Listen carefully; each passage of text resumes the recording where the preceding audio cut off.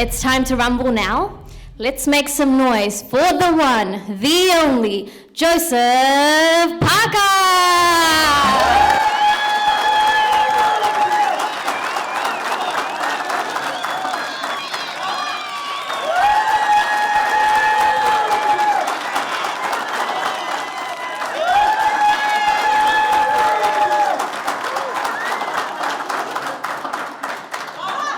What's up? How you guys doing?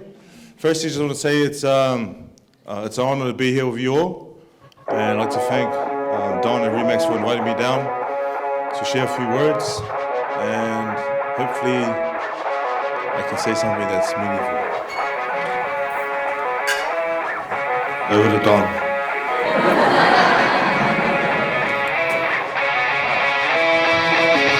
I had a stare down with Joseph outside.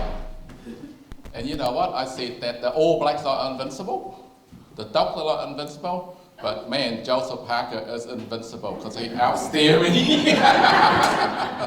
You want to see it again? Let's do it. You have to be serious then. Okay, ready?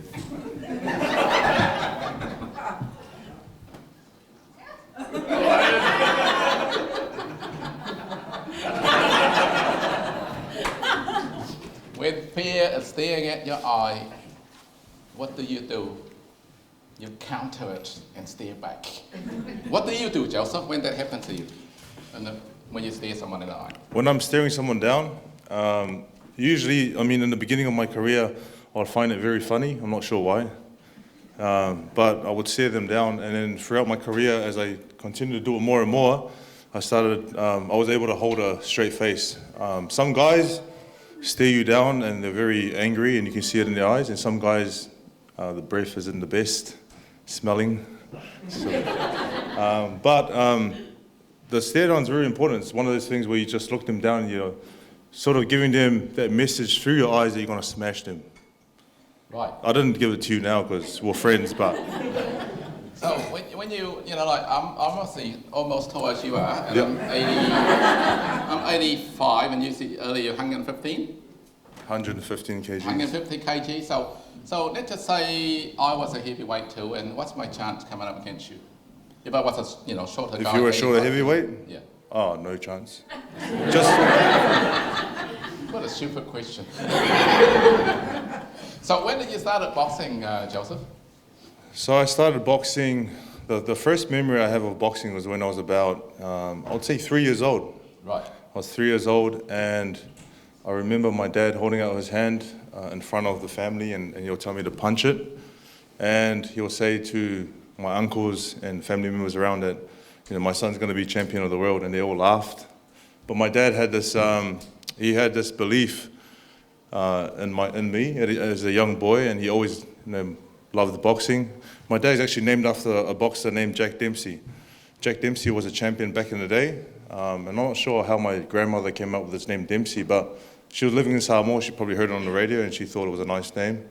So she named my dad Dempsey. And as a baby, someone stood on his leg, and one leg is skinnier than the other leg, so he has a disability. He walks around with a limp, but he always loved fighting. And he said to me that he had a lot of street fights in Samoa. And he said he won all of them. I'm not quite sure, there's no proof.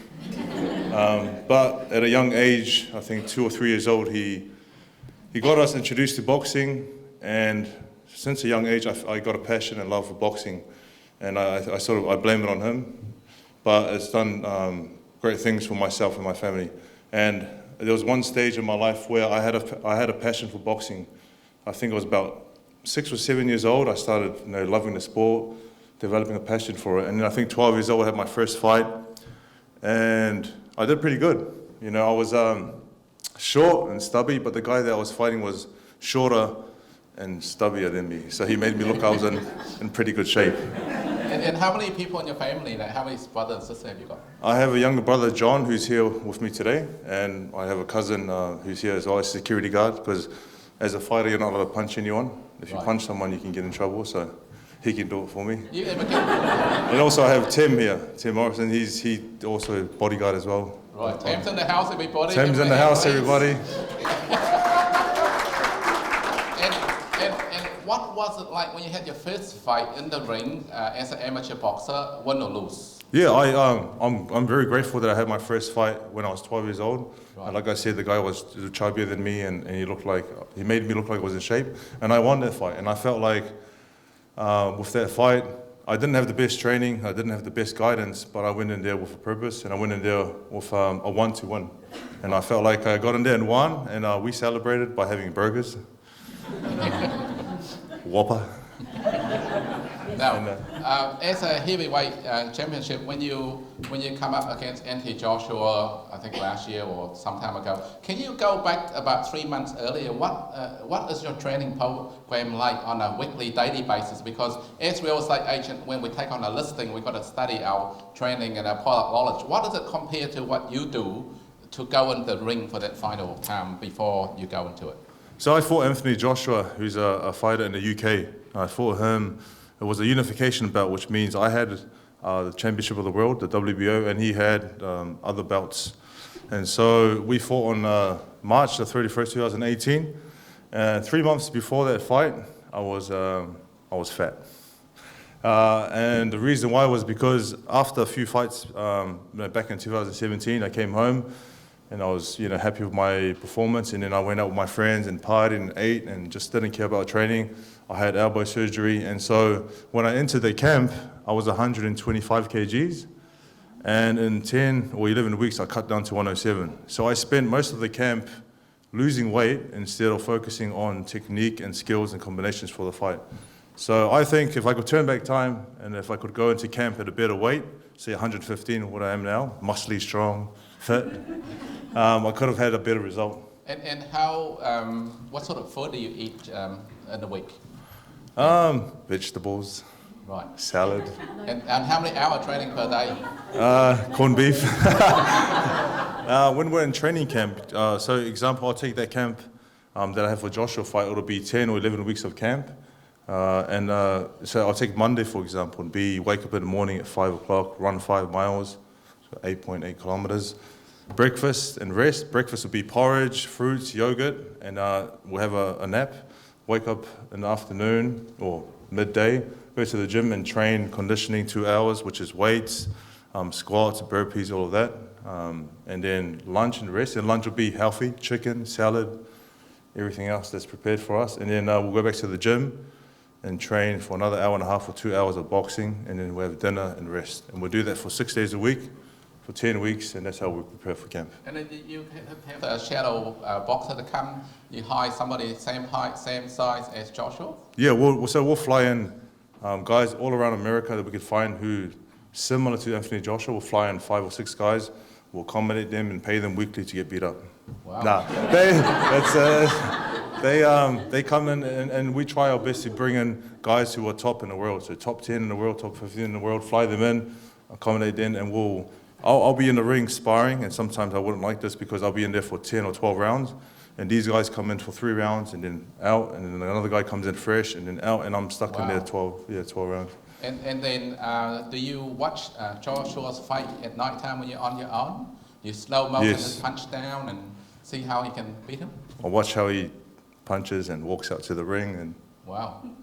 And then when you enter this big arena in London, 80,000 people. Yeah. Wow. And you walk into the ring with your song. How does it make you feel being a boy from South Auckland, all of a sudden making the world stage, and then at that moment when you hop into the ring, facing Joshua, what was going through your mind? I don't recall. No, when I look back at that fight, I wasn't able to appreciate the fight when it was happening. Right. Only a few months after the fight, I was able to look back and go, damn, from South Auckland, made it to Cardiff, Wales, fought in front of 80,000 people. That is incredible. I thought, if it was me, I said, I'd rather be selling real estate and turn around. Same. Okay, so talk us through it. You last the whole 12 rounds, which is incredible. How was your body afterwards? My body was good. With that fight, the Joshua fight, like I said, I made a mistake of going into camp heavy and not being in shape to start camp at a good weight and a lot healthier. After the fight, I wish I'd done more. Always after something, you always wish you could turn back time and do more. Right. And from then on, I've always said to myself, when you go into a challenge or when you go into a fight, give it everything you have, it doesn't matter. And then whatever the result, you can be happy with it. Yes. But with that fight, after the 12th round, I still had some energy, Right. and I should have left it all in the ring. So- Should have, could have, but I didn't. So as a number one office, we become number two. As a number one sales agent, we become number two, number three, number four sometimes, and we lost our mental state how to get back to number one. How do you get your mental state to get back to number one? Mental state. I think it's very important. In boxing, you can be physically in shape, you can have the spirit to go on and fight, but if you're not mentally there, I don't think you have the full package. Mentally, a few things I've done in camp, I speak to a psychologist twice a week, and he helps give me different ways of thinking about things and simplifies it. But then also, another way of dealing with the mental side of things is that you just go back and you view what you've done, look at the mistakes and look at the positives and then work on them. And I guess with that, as long as you sort of look at what you've done wrong, you can work on them and get better at it. And what is your highlight of your boxing career so far? Was it Joshua fight in London? It was the videos. No.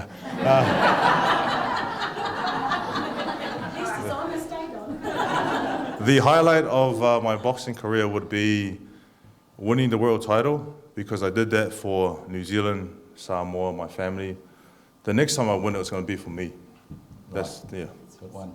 And how do you balance your family life? And I understand that you had 2 baby girls now? 3. Come on, Three? Don. Come on. 3? Oh, man, 3. What did I miss? You were away for both of the birth at one stage. All of them. Yeah. Where's your Sorry. wife? Where's your wife? So how was that sacrifice that, here you are, your wife in hospital, expecting your new child to come and you can't be there. How do you balance that family life out with your wife? I'm very blessed that I have an understanding partner. We've been together for 13 years now. We're high school sweethearts. She followed me around and I was like, hey. But we have 3 daughters together, 3 beautiful daughters. I've missed all their births because of training and fighting. And she's very understanding. And I think if she wasn't the understanding type and the good mother that she is, she'll kick up a fuss. But I said to her in future, I promise I'll try my best not to miss anymore. Are you explaining that? When we have the next 10. And what's the next big fight for you coming up? The next big fight we're working on at the moment is a fight with another New Zealander named Junior Fa. So Junior Fa is a Tongan fighter. He's ranked number 6 or 7 in the world. I'm ranked number 2. Used to be 2. I got put down to 3 now, damn it. But we're looking at locking in a fight at the end of the year. At the moment, we're in negotiations, and we're just waiting on him to sign the contract. And once that's signed, we'll be locked in to fight in the beginning of December. Hopefully see you all there. And You want any cheap tickets? What's this about? What's this about gloves? What's that all about? That's like, have you experienced that before? I've never experienced, I'm not sure if you guys are aware, but in the media they're talking about the gloves that we're using to fight with. So their team are coming back saying they want specific gloves for both fighters. In professional boxing, the fighter gets to choose the gloves they want to fight with, and then they get examined and checked by the officials, and everything's go from there. But I think this is the first time they've been involved in a major event or major fight, so they're kicking up a fuss on a small things, but it's nothing that we can't take care of. And what's your chance against My Mark? chance? I back myself 100% against anyone. Even though I lost to Anthony Joshua and Dillian White, if I have a rematch with both of them, I back myself 100%. And I know I can do very good in that fight. So obviously becoming heavyweight now is really up to the world stage, and then all of a sudden I think you were at Pallet Supply for some time? Pallet Supply? In the beginning when you worked for a timber company or something? I was working, I worked at McDonald's, Fletcher Steel. Yeah, I made burgers, straight up. You guys want a burger later? I worked at Fletcher Steel with my dad, cleaning and making, building the stands for the steel to go through. And what else did I work? I worked cleaning the toilet somewhere. Dirty as. How does it make you feel from those hourly rates and all of a sudden see this 7-figure sum appear in your bank account? How does it feel? I said, whoa, what a jump. All the jobs that I had, even though I was working in all those jobs, I was still, I worked at New Zealand Herald. I was working those jobs, but I was still training hard behind the scenes. And even though, example, I'm doing these videos and you guys see it, you might have seen it on social media, those videos come secondary to my training and my family time. Well, third. Right. And so after working those jobs, my parents sort of said to me, son, is this what you want to do? I said, no, I want to be a builder or I want to do boxing. And so I chose boxing and it's been a blessing ever since. So tell me about your team. Obviously in real estate we all have a team, we got teams, assistant, purchaser, agent, and vendors and marketing. What is your team makeup? How many people on your team and what do they do? Yeah, in Las Vegas, when I'm training in Las Vegas, I have Kieran Barry, who's my trainer. I have a strength and conditioning trainer. I have a person who does my massages, a nutritionist, a neuromuscular specialist, a physio. So our team is quite a big team in Vegas. And then when I'm here in New Zealand, I have my brother, my cousin, I have a trainer over the shore in Auckland, I have another trainer in Mangere, another trainer in Pepatoi. So in both countries, I have a big team. And then I have my accountants, my management team, and agent, and so on. So it's a big team, and this team works together to get me the best fights or the best results that I can get. And the same as you and the teams that you guys have. I think you guys all work together, and you guys all have different strengths. And I think with your guys' strengths together makes a big and great team. So guys, we need, no one is invincible on their own. No, Joseph is tough ass, but he's got all of these teams behind him. For you to be what you want to be, you can't do it alone. Okay, team up, talk to your manager, talk to us, train up, turn up, dress up, show up, because that's what it's all about. You think you just turn up there and be a champion. Look at how many people behind his team. And have you thought about owning a Remax franchise? Or?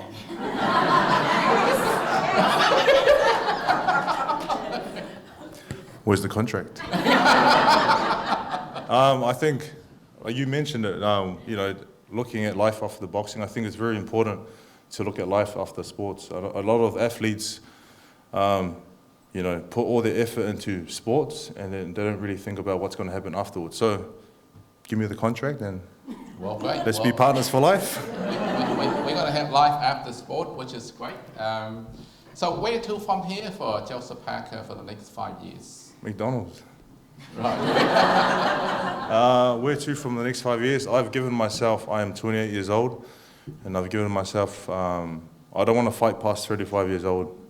I want to retire around 34, and I've given myself that time frame to be champion of the world or unified champion of the world. And if I've achieved it by that time, fantastic. Let's all have a party, Remax, contract. Oh, here we go. If I haven't achieved it, I'll still retire and do something else. And I think it's important to know when to retire.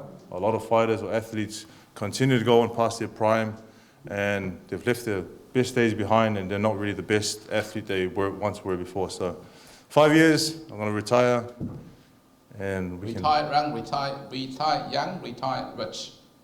Oh, hopefully rich. That's young is, yeah. Yeah. And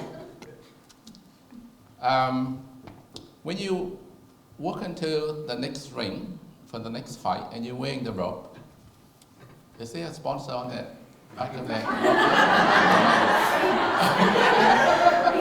Yeah, of course. You already know the answer to that. We've already had this discussion.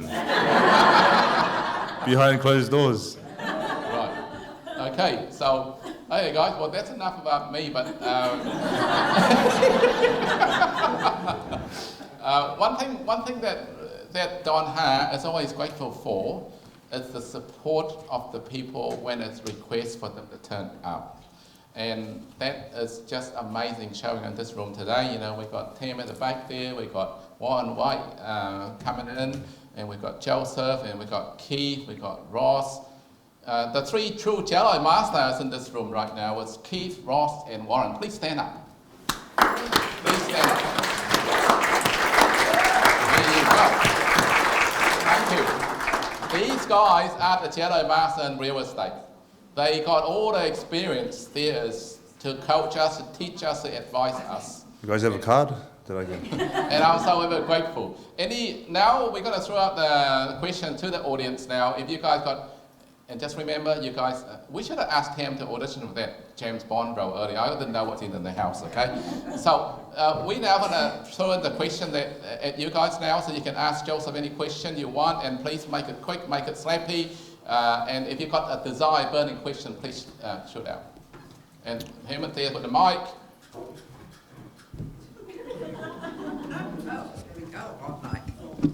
Joseph, you said you always back yourself, but you must have had moments of doubt. And if you do, how do you overcome them? Yeah, I like I said, good question. I do back myself 100%.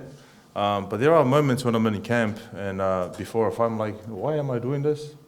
You know, why do I really want to do this? Is this I'm put on earth to do? You know, so you start questioning yourself. But then I look at the bigger picture and I look at the goals that I've set. I look at the why I want to do it, and I want to do it because there's a lot of, I want to represent our countries and my family, but also I want to do it for me. And sometimes when those doubts come into mind, you just got to, it's just one of those things, everyone has doubt, but it's one of the things you just got to push aside and carry on and push through. But I back myself, 1,000%. Anybody else got a question? Put your hand up. We'll run the mic. Just Melinda, touching on President, what she has talked, I actually watched a fight of yours previously with Junior Wha years ago. It was held in Mount Eden. Yeah. My cousin is Lolo Muli, who was assisting him. Good friend of your cousin, yeah? Yes. In saying that, what's the difference about if you're going to get this fight coming up? What's the difference between then till now? What have you got The difference to give? between being an amateur and fighting Junior Wha 4 times, we have 2 wins each. Mm-hmm. The difference between being an amateur and being a professional now is that back then I had no structure. Back then I had no guidance. Back then I thought it's good to run 5 kilometers and then go to Burger King and have a burger and chips. Yeah. Right now, I'm staying in shape. I know what to do. I've done this, 28 times. And like I said, I back myself, but I know food to eat, when to rest, when to train. Mm-hmm. And like I said, structure is the most important thing now in my life. Fantastic. Hi, Joseph. What's up? Thank you. My question is, do you have a routine that you go through on the day of the fight? So you're about to walk into the ring. Do you have a thing that you tick down that says, that gets you into the mental box and now nothing gets in and it's all about the fight? Or is it the routine of the weeks and days before that puts that? Yeah, the day of the fight, it's, we have a routine that I feel works. And the day of the fight is that we wake up, I have a sleep in until 7 or 8 a.m. I'll have breakfast, which is the same breakfast I mentioned before, pretty healthy. Sometimes I'll add a bit of toast, some toast, carbs. And then we go for a team walk. We go back to the room, the hotel we're staying at. We'll play PlayStation or play cards. I'm not sure why I always win. Maybe they're trying to give me confidence, or maybe I'm just good at cards and PlayStation. You're the man. Thank you. And then the most important part for me on fight day would be the nap. How long's the nap? 45 minutes. Okay, so 2 hours of sleep. Okay. The most important part for me would be the sleep before the fight. I'll sleep and then I'll wake up, get ready and go to the stadium. Once I get to the stadium, I'll go into the ring and check it, make sure I'm happy with it, the ropes, the flooring, and then I'll go back to the change room and I will play music and just dance the whole time. And as a fighter, or I think as any sports person, the more relaxed you are, the better. So the team knows that when I'm in the change rooms, I want to play music and dance, but I also want to tell jokes and have a laugh and just chill out. And then when they tell us to walk to the ring, that's when we switch on. Thank you. Lewis? Hey, Joseph, malo lavalo sunga. Malo, Ivan. I just, you've been a great role model for the Pacific community and also for our country, an ambassador for our country. And I suppose the expectation that you carry from those, especially our own community, and taking all of that into fight day and your thoughts on that. Like, how do you balance the expectations of everyone, the pressure of everyone going into such a pressured environment, yeah, and also focusing on, what you want to achieve personally? So what I want to achieve is always in front of me, to be champion of the world. First I was New Zealand champion, then world champion, then unified champion. I know there's a lot of expectation, and I think pressure is one of the things that you put on yourself. I think the expectation from New Zealand and Samoa is that I should go out there and blast someone out and smash them and win and move on to bigger and better fights. But the way that I have approached it nowadays, or as of recent times, is that I would train as hard as I can. And I'll put everything in training camp, and I've prepared as best I can. And whatever happens in the ring, whether I win or lose, as long as I prepared and give it everything I have. And there's no pressure. I know there's expectation, but when you put it upon yourself, it becomes a burden. I'll go on. Social media is really popular, and there's good stuff happening, but people will also backlash, give you the bad the bad comments and all that. How do you handle those ones? How do I handle social media and the bad comments? The negative comments. Yeah. Delete. Block. No. Social media is good and bad. Social media, you can post whatever you like, and then you have your supporters and people that love you, and then you also have keyboard warriors. And the way that I look at it is that sometimes the people that are giving you bad comments or people that are trying to bring you down are people who are not happy with their lives, and people who don't have good things to do in their lives, so they're looking at bringing other people down to their level. And so what I've done now is that I just post and I don't really look. And I get my sister to go on, and sometimes my cousin is pretty bad, and he goes on and replies to everyone, "What's your address?"